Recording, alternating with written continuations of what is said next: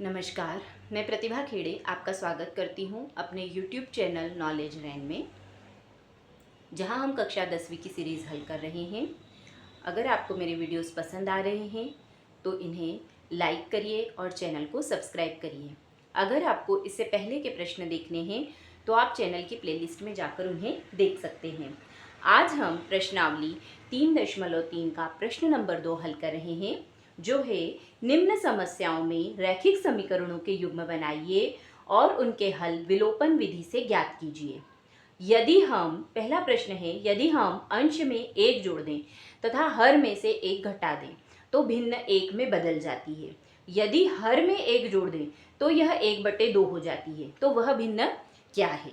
इसके पहले भी हम इस तरह के प्रश्न कर चुके हैं, पर वहाँ हमने प्रतिस्थापन विधि से हल किए थे। यहाँ हमें इन प्रश्नों को विलोपन विधि से हल करना है। अब मान लो कि कोई भिन्न है x/y, उसमें ये हमारे पास क्या है, इसका अंश है और ये हमारे पास क्या है, हर है। तो प्रश्न में वो क्या कह रहा है कि यदि हम अंश में एक जोड़ दें तो हम इस अंश में क्या जोड़ दें, एक जोड़ दें, और हर में से एक घटा दें तो हर में से एक घटा दें तो भिन्न क्या हो जाती है, एक हो जाती है। तो यहाँ से हमको मिल जाएगा इसका समीकरण नंबर 1। और यदि हर में एक जोड़ दें, यहाँ ये हर है, इसमें हम एक जोड़ दें तो यह क्या हो जाती है, 1/2 हो जाती है। यहाँ से हमें मिल जाएगा समीकरण 2। इन दोनों समीकरणों को हल करके हम x और y के मान निकाल लेंगे। तो देखिए इसको कैसे करेंगे। माना कि अंश बराबर x है और हर बराबर y है, तब x, प्रश्न में क्या बोला है उसने, प्रश्नानुसार हम अंश में एक जोड़ दें तो x धन 1 हो जाएगा और हर में से एक घटा दें तो ये y ऋण 1 हो जाएगा और ये काय के बराबर होगा, 1 के बराबर। इसको हम लिख सकते हैं 1/1 और यहाँ से हम करें तिर्यक गुणा, तो 1 का गुणा होगा x धन 1 में और x का गुणा होगा y ऋण 1 में। तब हमें पता है 1 का गुणा किसी भी संख्या में करें वही संख्या मिलती है, तो यह आ जाएगा x धन 1 बराबर y ऋण 1। अब यहाँ से इस y को उठाकर हम इस तरफ ले आएंगे, इस 1 को उठाकर इस तरफ ले जाएंगे, तो ये हो जाएगा x ऋण y बराबर ऋण 1, ये 1 इधर आकर ऋण में हो जाएगा। तो हमें समीकरण क्या मिल जाएगा, x ऋण y बराबर ऋण 2। अगली लाइन में वो क्या कह रहा है, यदि हम हर में एक जोड़ दें तो यह 1/2 हो जाती है। तब इसका दूसरा कथन हम देखें तो वो क्या बोल रहा है, यदि हम भिन्न है हमारे पास x/y, हर में यदि हम क्या जोड़ दें, एक जोड़ दें तो भिन्न क्या हो जाती है, 1/2 हो जाती है।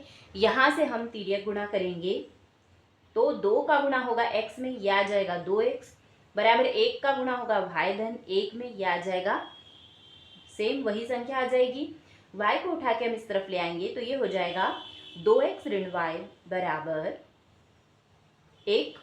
ये हमें मिल जाएगा समीकरण नंबर 2। अब यहाँ देखें, समीकरण 1 हमारे पास ये है और समीकरण 2 हमें ये मिल गया है। यहाँ x के गुणांक में क्या है, 2 है और यहाँ x के गुणांक में क्या है, 1 है। तो इसको हमें क्या करना पड़ेगा, 2 करना पड़ेगा। विलोपन विधि से प्रश्नों को हल करने के लिए x और y के गुणांक, x के गुणांक बराबर करने होते हैं।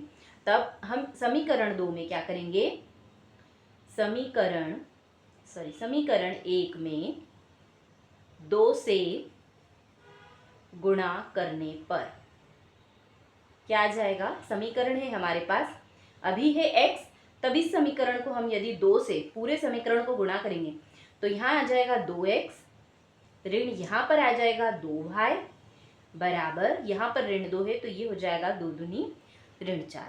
ठीक है, ये आ गया हमारे पास समीकरण नंबर 3। समीकरण 3 में से हम क्या कर दें, समीकरण 2 को घटा दें। तो समीकरण 2 इसके नीचे लिख देते हैं, 2x ऋण y बराबर 1। अब इन दोनों को घटा देंगे, तो पहले भी हम हल कर चुके हैं। ये जो चिन्ह हैं, ये सारे चिन्ह क्या होते हैं, बदल जाते हैं। यहाँ पर धन है तो ये हो जाएगा ऋण, ये ऋण है तो ये हो जाएगा धन, ये धन हो जाएगा ऋण, तो ये वाला पद तो हट जाएगा, यहाँ दो भाई और भाई, दो भाई के साथ ऋण लगा है, भाई के साथ धन है, संख्याएं घटेंगी, दो भाई में से भाई घटेगा, आएगा तो भाई, लेकिन चिन्ह बड़ी संख्या के आगे का क्या लगेगा, ऋण। बड़ी संख्या के आगे का चिन्ह लगता है। अब यहाँ देखिए, यहाँ पर भी ऋण है, यहाँ पर भी ऋण है, समान चिन्ह है दोनों में, तो संख्याएं जुड़ जाएगी, 4 और 1 5, और चिन्ह काय का लगेगा, ऋण का। तो यहाँ से हमें मिल गया भाई बराबर ऋण 5। अब हम यहाँ से देख सकते हैं कि ऋण से हम ऋण को यदि काट दें तो हमारे पास क्या आ गया, भाई बराबर 4 आ गया। भाई बराबर हमारे पास क्या, सॉरी भाई बराबर क्या आ गया, हमारे पास 5 आ गया। अब ये मान, जो भाई का ये मान है, ये हम उठाकर कहाँ रख दें, समीकरण 1 में। भाई का मान समीकरण 1 में रखने पर क्या आ जाएगा, x ऋण भाई के स्थान पर हम क्या रख देंगे, 5 ऋण 2। अब ये 5 उधर जाएगा तो x बराबर आ जाएगा ऋण 2 धन 5। तो x बराबर, इन दोनों को हल करेंगे तो कितना आ जाएगा, 3। यहाँ से हमें x मिल गया 3। अब ये देखिए कि हमें अंश क्या मिल गया, अंश मिल गया 3 और हर हमें मिल गया 5। तो भिन्न क्या हो जाएगी हमारे पास, भिन्न हमारे पास हो जाएगी 3/5। यही हमारा आंसर है। आप चाहें तो इसका स्क्रीनशॉट ले सकते हैं। अगला प्रश्न देखिए, प्रश्न नंबर 2 का दूसरा। 5 वर्ष पूर्व नूरी की आयु सोनू की आयु की 3 गुनी थी। 10 वर्ष पश्चात नूरी की आयु सोनू की आयु की 2 गुनी हो जाएगी। नूरी और सोनू की आयु कितनी है? तो यदि हम मान लें कि नूरी की आयु x है और सोनू की आयु कितनी है, y है, तो वो क्या बोल रहा है, 5 वर्ष पूर्व। तो 5 वर्ष पूर्व नूरी की आयु कितनी होगी, x ऋण 5, और 5 वर्ष पूर्व सोनू की आयु कितनी होगी, y ऋण 5। अब वो क्या बोल रहा है, 5 वर्ष पूर्व नूरी की आयु सोनू की आयु की 3 गुनी थी। तो ये नूरी निश्चित रूप से कैसी है, बड़ी है, और सोनू कैसी है, छोटी है। तो हम पिछले प्रश्न में देख चुके हैं कि जो छोटी होती है उसी में हम गुणा करते हैं। तो 3 गुनी है तो काय का गुणा होगा, 3 का गुणा होगा। तो यहाँ से हमको क्या मिल जाएगा, समीकरण नंबर 1। इसके बाद वो बोल रहा है 10 वर्ष पश्चात। अब यहाँ पश्चात है, यहाँ पूर्व है, पूर्व में हम घटाते हैं, और जो पश्चात दिया हो मतलब बाद में, तो हम क्या करेंगे, जोड़ देंगे। क्या जोड़ेंगे, 10 वर्ष पश्चात है तो 10 जोड़ेंगे। तो यहाँ आ जाएगा x धन 10 और यहाँ आ जाएगा y धन 10। और वो क्या बोल रहा है, 10 वर्ष पश्चात नूरी की आयु सोनू की आयु की 2 गुनी हो जाएगी। तो यही छोटी है, इसमें फिर से काय का गुणा होगा, 2 का गुणा होगा। यहाँ से हमको क्या मिल जाएगा, समीकरण नंबर 2 मिल जाएगा। इन दोनों समीकरणों को हल करके हम x और y के मान निकालेंगे। तो देखें, माना कि नूरी की आयु बराबर x है और सोनू की आयु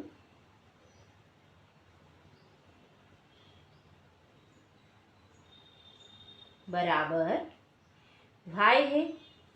अब यहाँ पे 5 वर्ष पहले की बात हो रही है, तो 5 वर्ष पूर्व नूरी की आयु कितनी हो जाएगी, नूरी की आयु होगी x ऋण 5 वर्ष, और 5 वर्ष पश्चात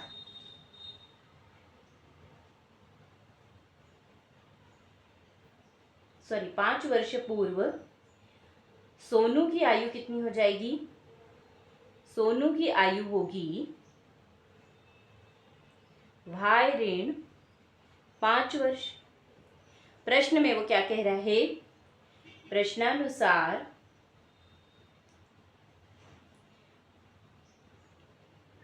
5 वर्ष पूर्व नूरी की आयु सोनू की आयु की कितनी होगी, 3 गुनी होगी। तो यहाँ से हमको इस तरह से समीकरण मिलेगा। इसको हल करें तो यह आ जाएगा x ऋण 5 बराबर 3 का अंदर गुणा होगा 3y ऋण 5 में 3 का गुणा कितना आ जाएगा, 15। यहाँ से हम देखें तो इस 3 को उठाकर हम इस तरफ लेके आते हैं, तो यह आ जाएगा हमारे पास x ऋण 3y, 5 को उठाकर इधर ले जाते हैं तो ये हो जाएगा ऋण 15 धन 5। तो यहाँ से हमको क्या मिल जाएगा, समीकरण x ऋण 3y बराबर, इसको हम हल करेंगे तो 15 ऋण में है इसलिए यहाँ पर क्या आएगा, ऋण आएगा। ये मिल गया हमको समीकरण नंबर 1। अब समीकरण नंबर 2 के लिए हम देखें, हमें क्या दिया है प्रश्न में, 10 वर्ष पश्चात। तो 10 वर्ष पश्चात नूरी की आयु कितनी होगी? नूरी की आयु बराबर होगी x धन 10 वर्ष, और 10 वर्ष पश्चात सोनू की आयु कितनी होगी? सोनू की आयु होगी y धन 10। अब यहां से हम देखेंगे हमें क्या समीकरण मिलेगा। वो बोल रहा है 10 वर्ष पश्चात जो नूरी की आयु है वो सोनू की आयु की कितनी होगी, 2 गुनी होगी। तो यहाँ आएगा y धन 10। अब इसको हल करें तो हमें मिल जाएगा x धन 10 बराबर 2 का अंदर गुणा, 2 का गुणा y में 2y, 2 का गुणा 10 में 10 दूनी 20। अब इस 2y को उठाकर हम इधर ले आते हैं तो ये आ जाएगा ऋण में। इस 10 को उठाकर इस तरफ ले जाएंगे तो यहाँ आ जाएगा 20 ऋण 10। इसको देखें तो x ऋण 2y बराबर 20 में से 10 जाएगा, कितना बचेगा, 10 बचेगा। ये हमें मिल गया समीकरण नंबर 2।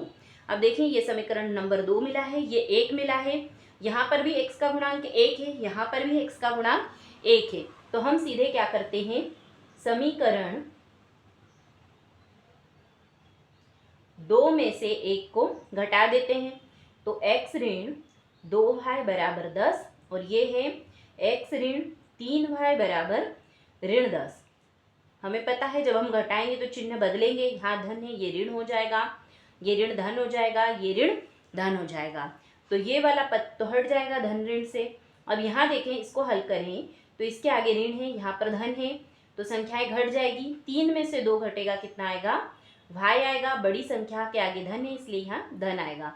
इन दोनों को देखें तो 10 और यहाँ पर धन में है 10, तो 10 और 10 कितना हो जाएगा, 20। मतलब हमारे पास क्या आ गया, y बराबर 20 वर्ष। y हमने क्या माना था, सोनू की आयु, मतलब सोनू की आयु हमारे पास कितनी आ गई है, 20 वर्ष। अब इस मान को हम समीकरण 1 में रख देते हैं।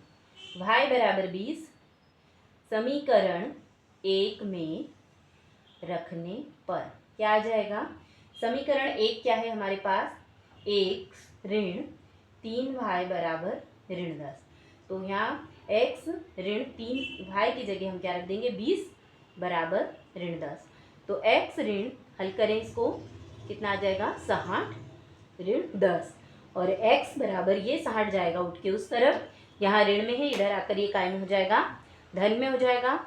अब इनको हल करेंगे तो कितना आ जाएगा, 50 वर्ष। तो हमें x का मान कितना मिल गया, 50 मिल गया, और यहाँ से हमें y का मान कितना मिल गया, 20 मिल गया। मतलब नूरी की आयु कितनी है, नूरी की आयु है 50 वर्ष, और सोनू की आयु है 20 वर्ष। अगला प्रश्न देखिए, प्रश्न नंबर 2 का 3। 2 अंकों की संख्या के अंकों का योग 9 है। इस संख्या का 9 गुना संख्या के अंकों को पलटने से बनी संख्या का 2 गुना है, वह संख्या ज्ञात कीजिए। अब मान ले संख्या कितने अंकों की है, 2 अंकों की है, तो एक अंक इकाई का होगा और दूसरा दहाई का होगा। मान लो इकाई पे y है और दहाई पे क्या है, x है। इन दोनों अंकों को जोड़ने पर क्या आ रहा है, 9 आ रहा है। पहला समीकरण तो हमको यहाँ से मिल जाएगा। और दूसरा क्या वो बोल रहा है, इस संख्या का 9 गुना संख्या के अंकों को पलटने से बनी संख्या का 2 गुना है। इस समीकरण को हम कैसे बनाएंगे, देखते हैं। माना कि इकाई का अंक, इकाई इस तरफ होती है, जैसे ये 2 संख्या है तो ये इकाई का अंक होता है, ये दहाई का। अब हमने माना कि संख्या x y है तो इकाई का हम y मानते हैं। इकाई का अंक y है और दहाई का अंक बराबर क्या है, x है। तो प्रश्नानुसार पहला समीकरण तो हमें यहीं से मिल जाएगा कि हम x और y को जोड़ रहे हैं, तो हमें क्या मिल रहा है, 9 मिल रहा है। अब हमें यहाँ ध्यान देना पड़ेगा कि संख्या जो होती है, वो किस तरह से बनती है, 10 गुणित दहाई का अंक धन इकाई का अंक, ये होती है संख्या। तो यहाँ से हम देखें हमारी संख्या क्या हो जाएगी, 10 गुणित दहाई का अंक हमारे पास क्या है, x है, और इकाई का अंक हमारे पास क्या है, y है। तो हमारी संख्या हुई 10x धन y। अब वो क्या बोल रहा है, इस संख्या का 9 गुना, मतलब ये हमारे पास मूल संख्या हो गई 10x धन y। और वो क्या बोल रहा है, संख्या के अंकों को पलटने से बनी संख्या का 2 गुना है। अब संख्या के अंकों को यदि हम पलटेंगे तो क्या हो जाएगा, जहाँ दहाई का अंक है वहाँ इकाई का अंक आ जाएगा, और इकाई के अंक की जगह दहाई का अंक आ जाएगा। तो क्या हो जाएगी, संख्या के अंकों को पलटने पर बनी संख्या क्या हो जाएगी हमारे पास,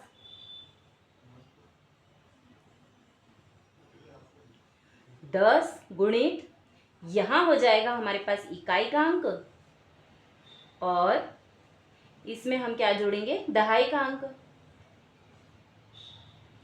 अंकों को पलटना, जैसे हमारे पास संख्या यदि 23 है तो उसको हमने क्या कर दिया है, यहाँ पे 32 कर दिया है। जहाँ इकाई का अंक था वहाँ दहाई का अंक आ गया है, दहाई के अंक की जगह इकाई का अंक आ गया है। अब देखें इसको पलटने पे 10, इकाई का अंक हमारे पास क्या है, y है, तो ये 10y धन दहाई का अंक क्या है, x है। तो पलटने पे ये वाली संख्या हमारे पास बनेगी। अब इसका अगला जो समीकरण बनेगा उसके लिए देखें, इस संख्या का 9 गुना, संख्या हमारे पास क्या है, 10x धन y है, और अंकों को पलटने से बनी संख्या का 2 गुना है। तो अंकों को पलटने पर कौन सी संख्या बन रही है, 10y धन x, ये वाली बन रही है।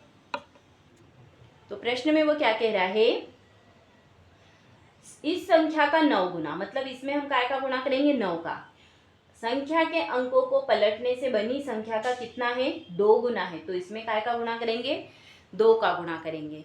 यहाँ से हमको समीकरण 2 मिलेगा। तो देखिए इसको हल करें, 9 का गुणा अंदर होगा, कितना आ जाएगा, 90x धन 9 का गुणा y में 9y बराबर 2 का गुणा अंदर 20y धन 2 का गुणा x में 2x।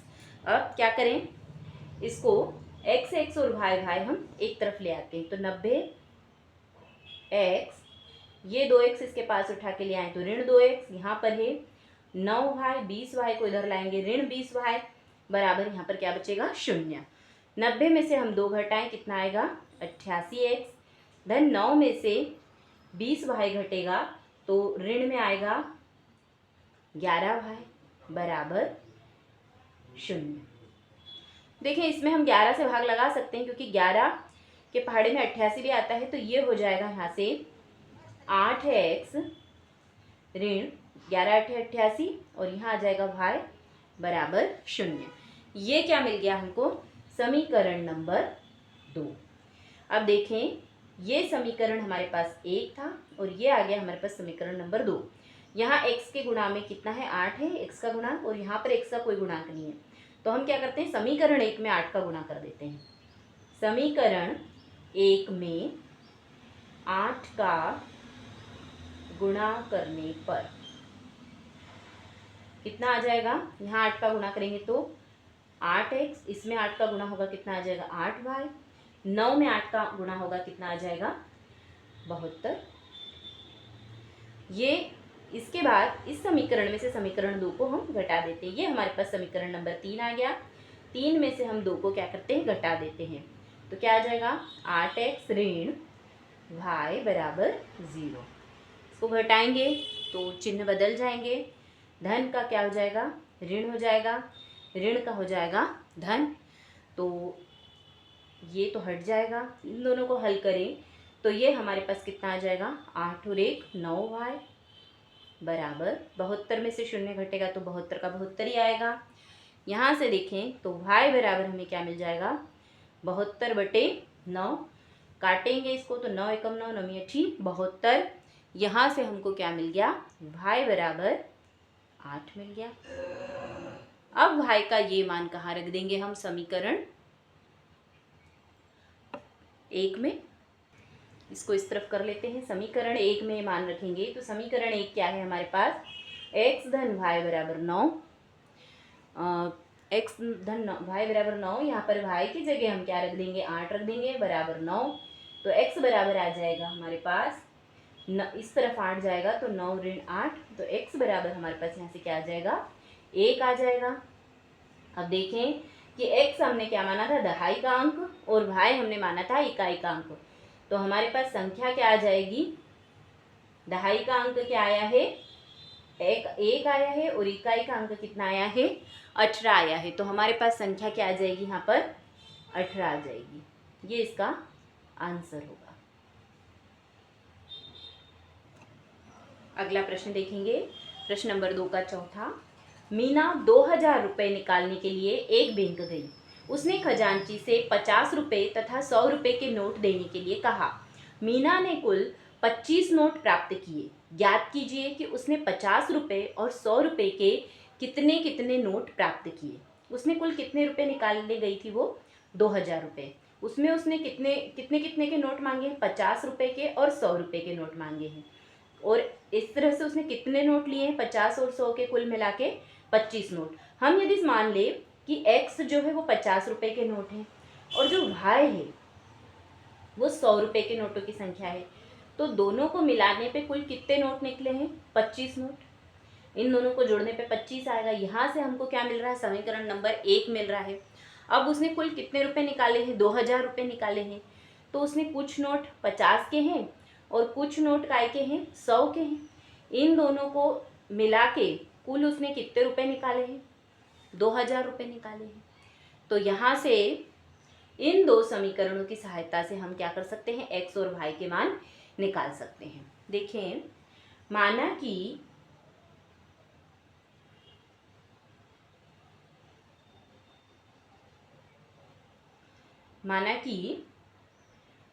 50 रुपए के नोटों की संख्या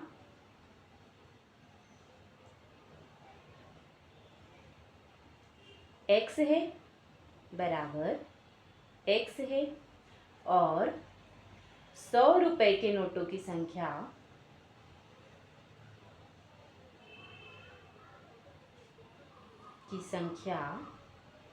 बराबर y है। तो प्रश्नानुसार 50 और 100 रुपए के नोटों की संख्या कितनी है, 25 है। तो x धन y बराबर 25, ये हमें मिल जाएगा समीकरण नंबर 1। और दूसरे में वो क्या बोल रहा है कि उसने खजांची से 50 रुपये और 100 रुपये के नोट मांगे। तो 50x धन 100y बराबर कुल कितने रुपए हैं, 2000।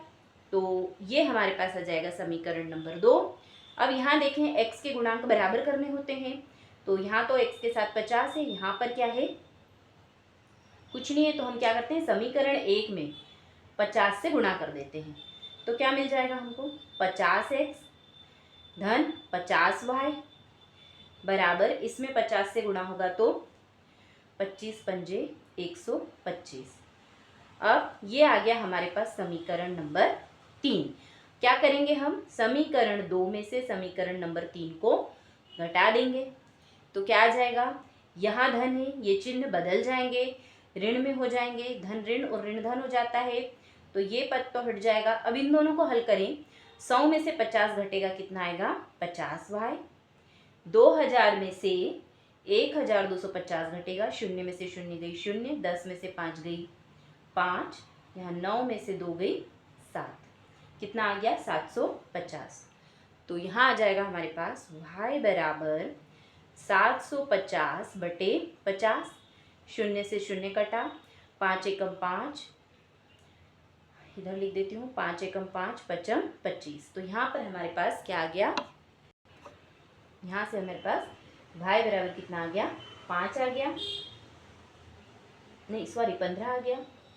भाई का मान कितना आ गया हमारे पास, 15 आ गया। अब ये भाई का मान उठाकर हम कहाँ रख देंगे, समीकरण 1 में। भाई का मान समीकरण 1 में रखने पर कितना आ जाएगा, x धन 15 बराबर 25, तो x बराबर आ जाएगा 25 ऋण 15, घटाएं इसको तो x बराबर हमारे पास कितना आ जाएगा, 10। y का मान हमें मिला 15 और x का मान हमें मिला 10। y क्या था हमारे पास, 100 के नोटों की संख्या और x क्या था, 50 के नोटों की संख्या। मतलब 50 के नोटों की संख्या कितनी आई है हमारे पास, 10 है, और 100 के नोटों की संख्या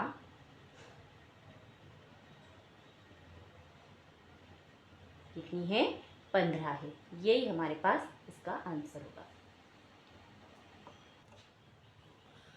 अगला प्रश्न देखेंगे, प्रश्न नंबर 2 का 5वां। किराए पर पुस्तकें देने वाले किसी पुस्तकालय का प्रथम 3 दिनों का एक नियत किराया है तथा उसके बाद प्रत्येक अतिरिक्त दिन का अलग किराया है। सरिता ने 7 दिनों तक एक पुस्तक रखने के लिए 27 रुपये अदा किए, जबकि सूसी ने एक पुस्तक 5 दिनों तक रखने के लिए 21 रुपये अदा किए। नियत किराया तथा प्रत्येक अतिरिक्त दिन का किराया ज्ञात कीजिए। देखिए, पुस्तकालय से जब कोई व्यक्ति पुस्तक लेता है तो उसको प्रथम 3 दिनों तक का तो एक नियत किराया है, मतलब कुछ उनका निश्चित होगा, 3 दिन में उतना रुपए वो लेते हैं। और इसके बाद यदि 3 दिन से ज़्यादा कोई पुस्तक रखता है तो उसका अलग किराया लगता है। तो सरिता ने कितने दिनों तक पुस्तक को रखा है, यहाँ पर देखिए 7 दिनों तक रखने के लिए उसने कितने रुपए अदा किए हैं, 27 रुपये अदा किए हैं। तो यहाँ हम मान लें कि जो नियत किराया है, नियत किराया मान लो कि x है, ये क्या है, नियत किराया है, और भाई क्या है हमारे पास, अतिरिक्त किराया है। ज़्यादा दिन पुस्तक रखेंगे तो ये जो अतिरिक्त किराया देना होता है वो भाई है। तो सरिता ने कुल कितने दिन तक पुस्तक रखी है, 7 दिनों तक रखी है। तो 7 दिन, 3 दिन तक तो उसको नियत किराया देना पड़ेगा, पर 3 दिन के अतिरिक्त उसने कितने दिन और रखी, 4 दिन और रखी, 4 और 3 7, तो उसको कितने रुपए अदा करना पड़े, 27 रुपये अदा करना पड़े। वैसे ही सूसी ने क्या किया है, सूसी ने 5 दिनों तक रखने के लिए 21 रुपये अदा किए हैं। तो सूसी ने जब 5 दिन के लिए पुस्तक रखी तो 3 दिन का तो उसका जो नियत किराया था वही था, और 5 के अलावा 2 दिन उसने और एक्स्ट्रा रखी तो 2 भाई रुपये। अब 3x और 2 भाई उसने कुल कितने रुपए अदा किए हैं, 21 रुपये अदा किए हैं। तो यहाँ से ये 2 समीकरण हमको मिल जाएंगे, और इन दोनों समीकरणों को हल करके हम क्या करेंगे, x और y का मान निकाल लेंगे। तो अब इसमें हम हल करते हैं इसको। यहाँ लिखते हैं, माना कि पुस्तकालय का नियत किराया कितना है, x है, नियत किराया x है, और अतिरिक्त शुल्क कितना है,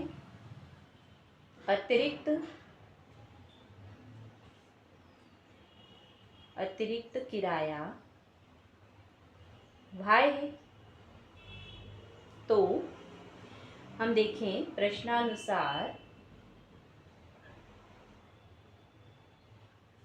सरिता ने, है ना, सरिता ने क्या किया है, 7 दिनों तक एक पुस्तक रखी है, तो 3 दिन तक तो उसको नियत किराया देना होगा 3 दिन का, और 4 दिन का अतिरिक्त किराया हो जाएगा। तो 3x धन 4 भाई बराबर कितना आ रहा है, 27। ये हमारे पास आ गया समीकरण नंबर 1। और अगले वाले कथन के लिए सूसी ने क्या किया, ये हो गया हमारा सरिता का, और सूसी ने क्या किया है, सूसी ने भी 5 दिन रखी है, तो 3 दिन तो नियत किराया भरा और 2 दिन अतिरिक्त किराया, तो कुल उसने कितने रुपए अदा किए हैं, 21 रुपये अदा किए हैं। यहाँ से हमको क्या मिल जाएगा, समीकरण नंबर 2। यहाँ पर देखें, इस प्रश्न में x के गुणांक तो बराबर हैं, तो हम इनको क्या कर सकते हैं, सीधे घटा सकते हैं। 1 में से 2 को हम सीधे ही घटा देंगे, तो कितना आ जाएगा, यहाँ धन है, ये हो जाएगा ऋण, ये धन ऋण हो जाएगा, ये धन ऋण हो जाएगा। ये कट जाएगा, 4 में से 2 जाएंगे, कितना आएगा 2 भाई। अब 27 में से 21 घटेगा, सॉरी 27 में से 21 घटेगा, कितना आएगा 6 आएगा।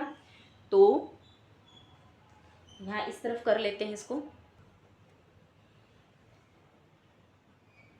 भाई बराबर हमारे पास आ जाएगा 6/2, 2 एकम 2, 2 तिया 6। तो यहाँ से हमें क्या मिल गया, भाई बराबर 3 मिल गया, मतलब ये अतिरिक्त किराया आ गया हमारे पास 3 रुपये। अब इस मान को रख देंगे हम समीकरण नंबर 1 में। भाई का मान समीकरण 1 में रखने पर कितना आ जाएगा, 3x धन 4 भाई, तो 4 भाई की जगह हम रख देते हैं 3 बराबर 27। तो 3x धन 4 तिया 12 बराबर 27। यहाँ से आ जाएगा 3x बराबर 27 ऋण 12। तो 3x बराबर 27 में से 12 को घटाएं, कितना आ जाएगा 15। तो यहाँ से हम देखें x बराबर कितना आ जाएगा 15/3, 3 एकम 3, 3 पंजे 15। तो x बराबर हमारे पास कितना आ गया 5 आ गया। तो नियत किराया कितना आया है हमारे पास, नियत किराया 5 रुपये है, और अतिरिक्त जो शुल्क है या अतिरिक्त जो किराया है वो कितना आया है हमारे पास, y बराबर 3 रुपये। इस तरह से इस प्रश्न को हल करेंगे। धन्यवाद। आप चैनल को सब्सक्राइब कीजिए, वीडियोस को शेयर करिए।